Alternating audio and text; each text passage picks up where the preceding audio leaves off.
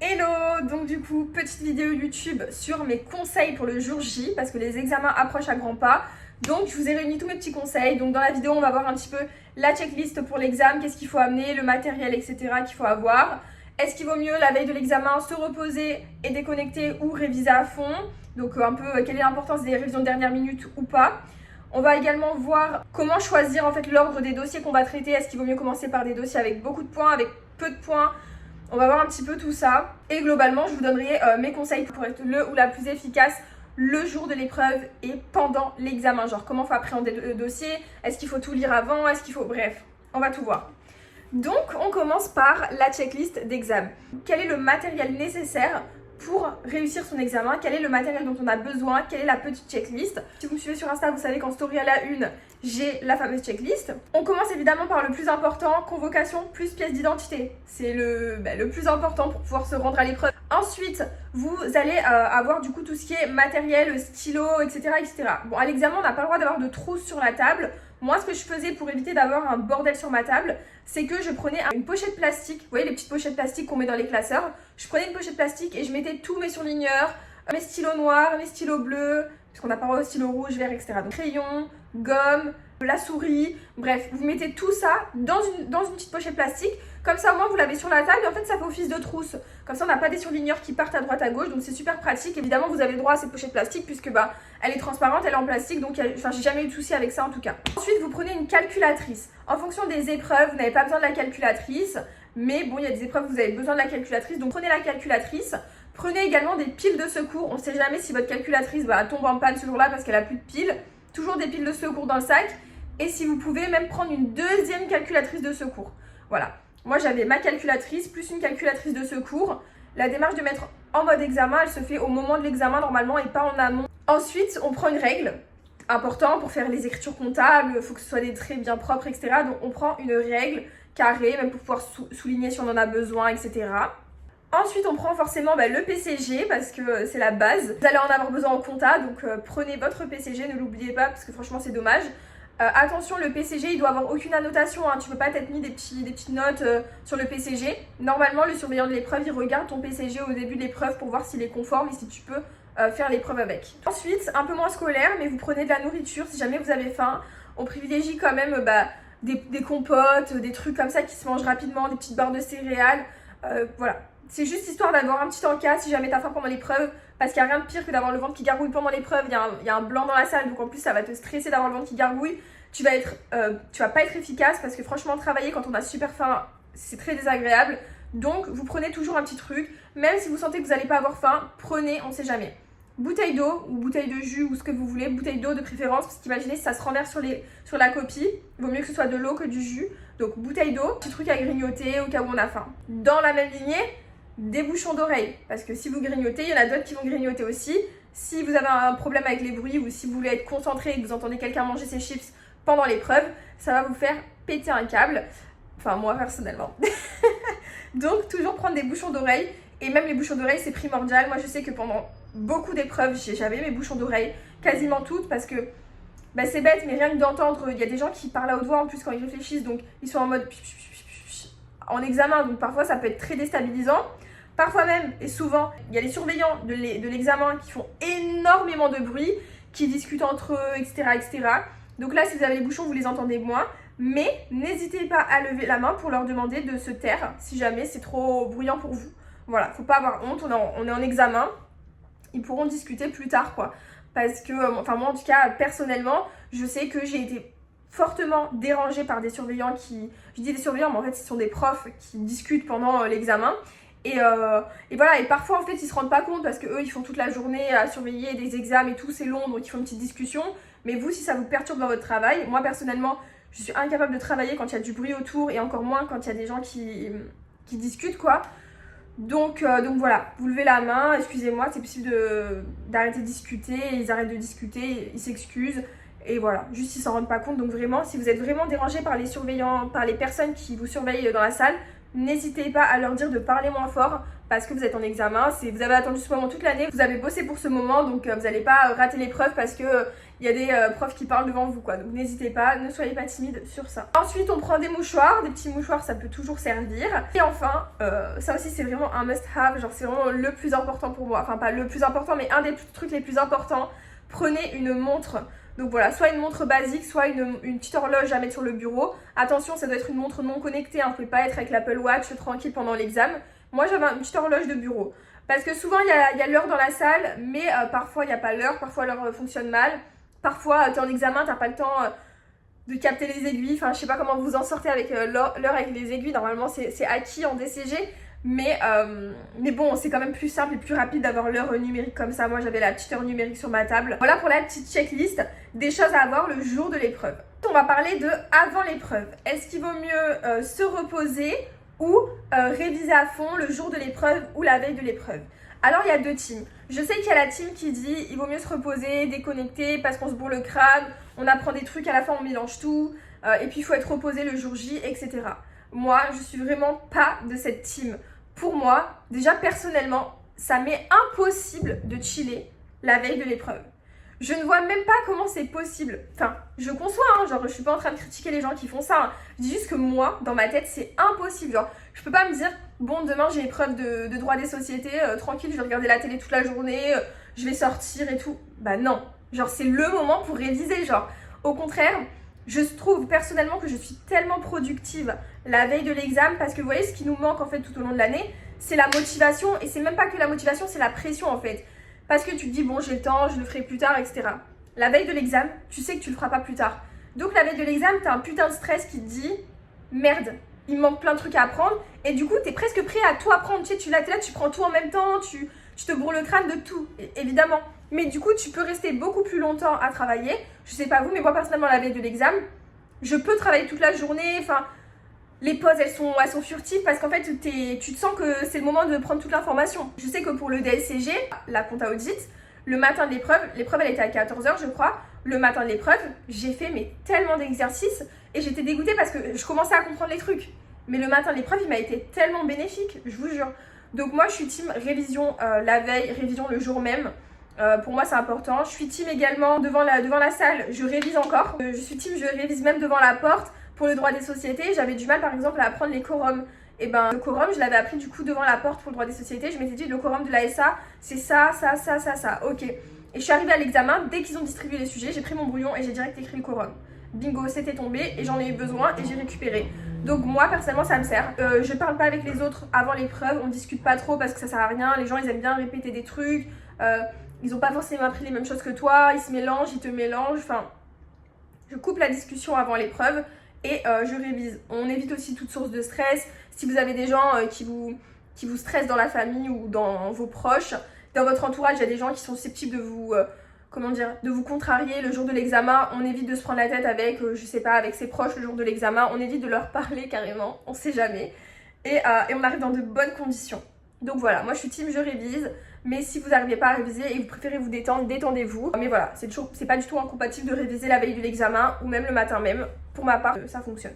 Au moment de l'épreuve, qu'est-ce qui se passe quand on vous dépose le sujet? Est-ce qu'il faut d'abord lire tout le sujet? Est-ce qu'il faut... Bref, moi, à peine le sujet arrive, c'est parti, le chrono est lancé, on commence. Personnellement, je lisais d'abord le titre des dossiers forcément pour voir ce qui est en train de tomber en fait. Et après, on lit directement tout le sujet.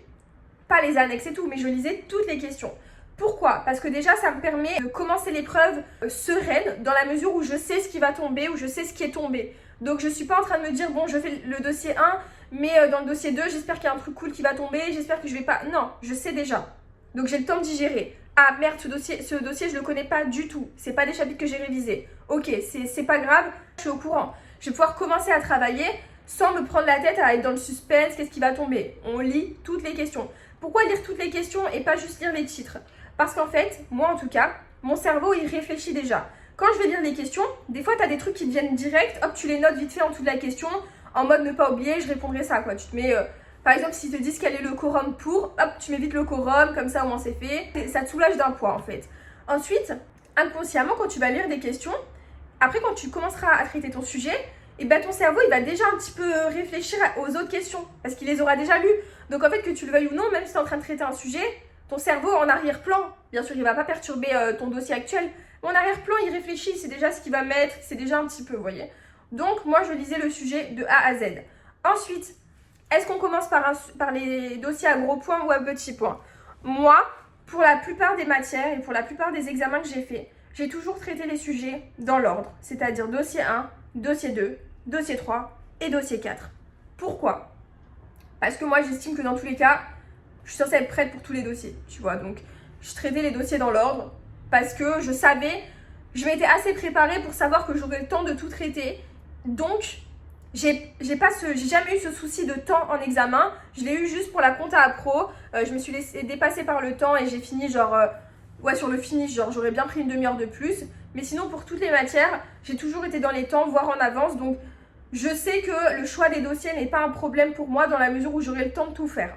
Mais si vous voulez faire un choix dans les dossiers, en fait il y a un débat. C'est ça que moi je les faisais dans l'ordre parce que d'un côté je me dis, bon déjà les dossiers avec le plus de points, en fait c'est hyper contradictoire parce que en fait tu dis, est-ce que je commence par un dossier que je maîtrise? Comme ça au moins je le maîtrise, je sais que j'ai le temps de le faire jusqu'au bout, de bien le faire, de mettre toutes les infos parce que je les connais par cœur. Ou est-ce que au contraire je fais un dossier que je maîtrise pas forcément parce que je sais qu'à la fin, quand j'aurai plus trop le temps ou que j'aurai plus trop l'énergie, je vais aller vite parce que c'est un dossier que je connais. Donc à la fin, j'ai besoin de mettre moins d'investissement que dans un dossier qui est compliqué. Parce que dans un dossier qui est compliqué et que tu ne maîtrises pas, tu vas devoir plus réfléchir, prendre le temps de réfléchir. Tu auras besoin de plus de temps, logiquement, qu'un dossier que tu maîtrises. Puis quand tu le maîtrises, tu vas pas forcément réfléchir puisque tu connais la réponse. Donc, il y en a qui diraient qu'il vaut mieux commencer par les dossiers qu'on ne maîtrise pas. Mais d'un autre côté, quand tu commences par un dossier que tu maîtrises, ça peut te mettre en confiance et tu peux forcément mettre plus d'infos, etc. Je sais pas. Moi, j'avoue que au niveau de l'ordre, je ne saurais pas quoi vous conseiller. Donc, je m'abstiendrai de vous donner un conseil sur quel dossier commencer ou quel dossier ne pas commencer. Peut-être oui, peut-être commencer par les dossiers que vous maîtrisez. Comme ça, vous les faites rapidement et bien et correctement et vous vous assurez déjà ces points-là. Et ensuite, vous vous consacrez aux dossiers que vous maîtrisez un petit peu moins pour du coup, parce qu'il faut terminer l'épreuve. Peut-être que du coup, si vous avez commencé avec les dossiers que vous connaissez, vous êtes allé vite. Du coup, ça va vous laisser plus de temps à consacrer aux dossiers que vous connaissez moins à la fin. Parce qu'à la fin aussi, dans tous les cas, vous allez mettre des réponses bancales. Parce que si vous n'avez pas la réponse, vous n'allez pas l'inventer. Par contre, gros warning, on ne rend pas une copie d'examen avec des questions non répondues. Il n'y a aucune question qui doit avoir aucune réponse. Je ne sais pas si c'est français, mais en gros, il y a une question, tu n'as pas la réponse, tu mets une réponse. Peu importe si tu te dis non mais c'est pas ça, non mais je suis pas sûre, tu mets la réponse. Voilà, ça c'est clair et net. Ensuite, les trucs de je laisse un blanc et on y reviendra plus tard. On ne revient pas plus tard. Pourquoi? Parce qu'après, on n'a plus le temps. Tu te laisses dépasser par le temps et finalement, tu n'es pas revenu plus tard sur la question. Donc, tu peux te dire sur le moment, bon, alors celle-là, je la fais après parce que j'ai pas la réponse. Tu laisses de l'espace et tu la feras plus tard. Au moment de la relecture, parce qu'on va en parler après, mais ce serait cool d'avoir une relecture. Au moment de la relecture, tu te dis pas, je le refais plus tard. C'est le moment de combler. Tu sais pas quoi mettre, tant pis, tu mets quelque chose. Au moins, c'est rendu, il y a quelque chose de noté. Voilà. Mais sinon, si vous n'êtes pas sûr d'une réponse et que vous êtes en train de la faire, vous la mettez et au pire, tant pis, c'est pas très propre, vous mettrez du Tipex et vous écrirez une corrective ou quoi. Souvent, quand on dit on répond plus tard, et ben en fait, on oublie de répondre plus tard. Plus tard, on n'a pas la réponse non plus. Donc en fait, la réponse que vous n'avez pas à 10h, vous l'aurez pas à 11h. Donc, on met la réponse à laquelle on pense à 10h. Et si à 11h, on a une illumination de génie, chose qui arrive rarement, et ben on reviendra sur la réponse. Tu barres, même tu fais une grande croix et tu mets voir page 6 et page 6, tu mets la belle réponse toute faite. C'est pas grave. Tu n'auras pas perdu tant de temps que ça, mais au moins tu as mis quelque chose parce que parfois dans la précipitation du temps, tu t'es dit j'y reviendrai plus tard, tu te rends compte que tu es parvenu plus tard et ça t'aurait pris 5 minutes de griffonner quelque chose auquel tu aurais pu penser, etc. Ensuite maintenant, une fois que l'épreuve est terminée, on va parler du coup du temps de relecture. Est-ce qu'on a eu assez de temps pour la relecture ou non? Et là souvent on n'a pas assez de temps pour se relire, donc je peux que vous conseiller de vous relire. En revanche si vous n'avez pas le temps, vous n'avez pas le temps. Donc essayez de bien gérer votre temps. Je dirais que pour le temps que vous passez sur chaque dossier doit être proportionnel au nombre de points des dossiers. Voilà. Il y en a qui se disent il y a 4 dossiers, on sépare le temps par 4. Bah non, s'il y a un dossier qui est sur 7 points, un autre qui est sur 3 points, tu vas pas passer le même temps sur le dossier à 7 points que sur le dossier à 3 points. Le temps que vous passez sur chaque dossier doit être proportionnel au nombre de points attribués par dossier. Essayez vraiment de surveiller la montre parce que c'est important, souvent c'est sur le temps que tout se joue, donc le temps est vraiment crucial. D'ailleurs, lisez le nom des dossiers. Le nom des dossiers, des fois on l'oublie, mais finalement dans le nom des dossiers, des fois il y a des petits indices. Pour ne pas vous emmêler, dès qu'une question est réalisée, vous la surlignez. N'hésitez pas à séparer les feuilles aussi, parce que des fois, ils vous agrafent 15 annexes, là, on ne sait plus où donner de la tête. Hop, là, t'as fini avec une annexe, tu la désagrafes, comme ça, au moins, t'es tranquille. Ou t'en as besoin pour l'avoir sous la main, tu la désagrafes. Tu restes quelqu'un d'organisé, donc tu sauras te repérer, etc. Pour être sûr d'utiliser toutes les informations, vous devez avoir vos petits surligneurs.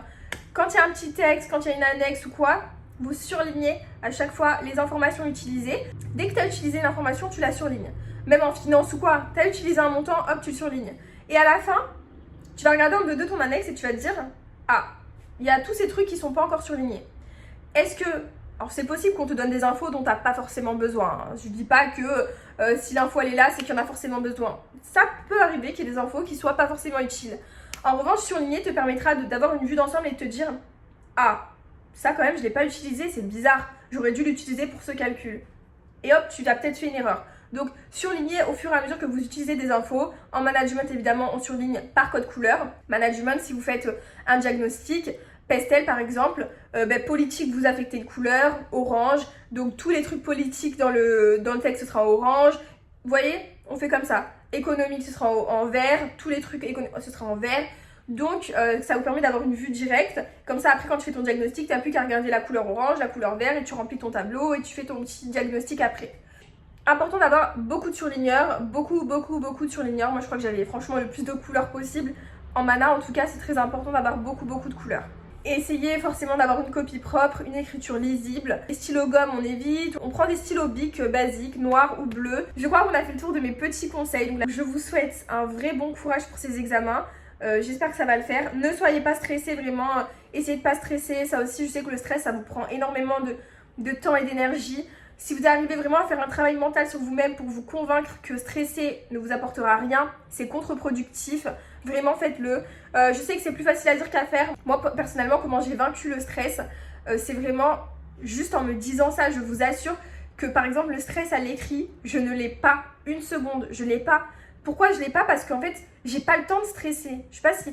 Je suis tellement en fait, je suis tellement dans mon état d'esprit où je dois juste faire mon examen, réussir mon examen. Je dois déjà gérer mon temps pour les dossiers. J'ai pas le temps de rajouter l'étape du stress. En fait, j'ai pas le temps de stresser. On n'a pas que ça à faire à l'examen, d'être là en mode oh, je suis stressée, putain, il faut que je me calme, il faut que je respire. Non, c'est le temps court en fait, le temps passe. Donc on gère le stress, c'est pas un truc qu'on doit gérer à l'épreuve quoi, c'est juste pas possible. Donc des fois quand vous avez des petits pics de stress pendant l'examen, ça peut arriver, tu sais, t'as un petit peu d'adrénaline ou quoi, tu te calmes, tu te dis non mais focus, là on se calme et tout, tu te reprends, tu vois. Mais tu peux pas passer l'épreuve à stresser, enfin, c'est pas possible. Tu t'en voudras, etc. Donc, non. Bref, du coup, la vidéo est terminée. J'espère que vous allez réussir vos examens. Je vous souhaite vraiment bon courage. Soyez attentifs. On reste jusqu'au bout. Hein. Je sais pas si on peut partir un peu avant l'examen, mais dans tous les cas, on reste jusqu'au bout. On se relit une fois, mais si on a fini avant, bien avant, on se relit 2 fois, on se relit 3 fois, on se relit 4 fois. Si vous reste du temps, si vous finissez 1 heure avant, ben on finit pas l'heure en train d'être dans ses rêves, en train de penser à autre chose. Non, tu finis l'heure en train vraiment de te consacrer à ta copie, tu relis ta copie, tu corriges tes fautes d'orthographe. Hop, là j'aurais pu rajouter un petit truc, tu rajoutes un petit truc. L'épreuve c'est vraiment de A à Z, genre. C'est pas parce que tu as fini à Y que tu t'arrêtes à Y. Tu termines l'épreuve jusqu'au bout et après tu souffleras. Enfin après tu réviseras la prochaine épreuve et tu souffleras à la fin. Du coup voilà. Ben, je vous souhaite bon courage parce que les examens c'est vraiment dans très peu de temps. Ne lâchez rien, continuez à réaliser jusqu'au bout. Dans tous les cas là vous allez être fiers de vous parce que une fois que les examens seront finis vous pourrez enfin souffler. Donc vraiment donnez tout pour ces dernières semaines qui restent. C'est vraiment le moment et après vous allez souffler, vous n'allez pas le regretter. Donc voilà, je vous fais des bisous, je vous dis bon courage et comme d'hab je vous donne des conseils sur TikTok, lo.study. Et sur Insta, vous pouvez m'envoyer des messages si jamais vous avez des questions. Sur TikTok, on fait des petits live révisions sur le DCG. Et sur Insta, on fait des petits quiz sur le DCG pour vous entraîner. Donc n'hésitez pas à passer. Je vous fais des bisous et je vous dis à bientôt.